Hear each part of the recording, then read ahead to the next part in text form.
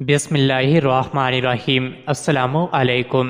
روزانہ واقعات سننے کے لیے اس چینل کو سبسکرائب کریں۔ واقعہ معراج کی تاریخ اور سال کے متعلق مورخین اور اہل سیر کی رائے مختلف ہے۔ ان میں سے ایک رائے یہ ہے کہ نبوت کے 12ویں سال 27 رجب کو 51 سال 5 مہینے کی عمر میں نبی اکرم صلی اللہ علیہ وآلہ وسلم کو معراج پر لے جایا گیا، جیسا کہ علامہ قاضی محمد سلمان منصور پوری رحمۃ اللہ علیہ نے اپنی کتاب مہر نبوت میں تحریر فرمایا ہے۔ اسراء کے معنی رات کو لے جانے کے ہیں۔ مسجد حرام مکہ مکرمہ سے مسجد اقصیٰ کا سفر، جس کا تذکرہ سورہ بنی اسرائیل میں کیا گیا ہے، اس کو اسراء کہتے ہیں، اور یہاں سے جو سفر آسمانوں کی طرف ہوا اس کا نام معراج ہے۔ معراج عروج سے نکلا ہے، جس کے معنی چڑھنے کے ہیں۔ حدیث میں عرج ہی یعنی مجھ کو اوپر چڑھایا گیا کا لفظ استعمال ہوا ہے، اس لیے اس سفر کا نام معراج ہو گیا۔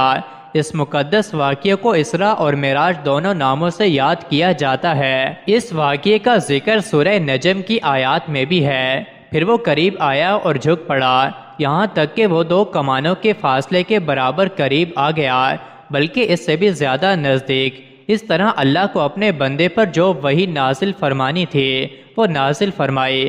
سورۃ النجم کی آیات 13-18 میں وضاحت ہے کہ حضور اکرم صلی اللہ علیہ وآلہ وسلم نے اس موقع پر بڑی بڑی نشانیاں ملاحظہ فرمائیں، اور حقیقت یہ ہے انہوں نے اس فرشتے کو ایک اور مرتبہ دیکھا اس بیر کے درخت کے پاس، جس کا نام سدرۃ المنتہا ہے، اسی کے پاس جنت الماوا ہے۔ اس وقت اس بیر کے درخت پر وہ چیزیں چھائی ہوئی تھیں جو بھی اس پر چھائی ہوئی تھیں۔ نبی کی آنکھ نہ تو چکرائی اور نہ حد سے آگے بڑھی۔ سچ تو یہ ہے کہ انہوں نے اپنے پروردگار کی بڑی بڑی نشانیوں میں سے بہت کچھ دیکھا ہے۔ احادیث متواترہ سے ثابت ہے، یعنی صحابہ، تابعین اور تبع تابعین کی ایک بڑی تعداد سے معراج کے واقعے سے متعلق احادیث مروی ہے۔ رسول اللہ صلی اللہ علیہ وسلم کو طائف کے دعوتی سفر سے واپسی پر جسم اور روح کے ساتھ بیداری کی حالت میں مسجد حرام سے مسجد اقصیٰ اور پھر وہاں سے 7 آسمان، سدرۃ المنتہا، جنت و جہنم اور جہاں تک اللہ نے چاہا ان مقامات کی سیر کرائی گئی۔ اس سفر کو اسراء اور معراج کہتے ہیں۔ معراج کی تاریخ میں علماء کا اختلاف ہے اور کئی اقوال کتب میں مذکور ہیں۔ معراج کے واقعے کا اجمالی خلاصہ یہ ہے کہ نبی کریم صلی اللہ علیہ وآلہ وسلم حضرت ام ہانی رضی اللہ عنہ کے مکان میں استراحت فرما رہے تھے کہ یکا یک چھت پھٹی اور جبرائیل امین علیہ السلام اترے۔ ان کے ہمراہ دیگر فرشتے بھی تھے۔ نبی کریم صلی اللہ علیہ وآلہ وسلم کو جگا کر مسجد حرام لے جایا گیا۔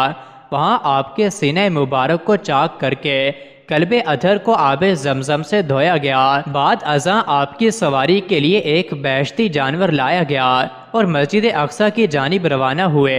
اس راستے میں آپ کو عجائبات دکھلائے گئے۔ مختلف اقوام اور مختلف لوگ اپنے گناہوں کی وجہ سے مختلف سزاؤں میں مبتلا تھے۔ مسجد اقصیٰ پہنچ کر رسول اللہ صلی اللہ علیہ وآلہ وسلم نے انبیاء کی امامت فرمائی۔ اس کے بعد ملائکہ کی معیت میں آسمانوں کی جانب روانہ ہوئے، اور آسمانوں میں آپ صلی اللہ علیہ وآلہ وسلم نے مختلف انبیاء کرام، حضرت آدم، حضرت یحییٰ، حضرت عیسیٰ، حضرت یوسف، حضرت ادریس، حضرت ہارون، حضرت موسیٰ، حضرت ابراہیم علیہم الصلاۃ و تسلیمات سے ملاقات فرمائی۔ بعد ازاں آپ صلی اللہ علیہ وآلہ وسلم کو سدرۃ المنتہا کی طرف بلند کیا گیا۔ اس مقام پر آپ صلی اللہ علیہ وآلہ وسلم نے جبرائیل امین علیہ السلام کو اصلی صورت میں دیکھا، نیز اللہ جل شانہ کی تجلیات و انوارات کا مشاہدہ کیا۔ یہاں سے مقام صریف الاقلام اور پھر مقام صریف الاقلام سے بارگاہ اقدس میں پہنچے۔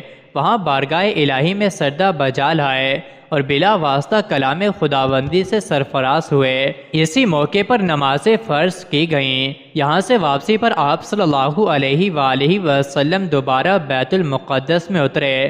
وہاں سے براق پر سوار ہو کر صبح سے قبل مکہ مکرمہ پہنچے۔ مزید ایسی ہی ویڈیوز کے لیے چینل کو ضرور سبسکرائب کریں۔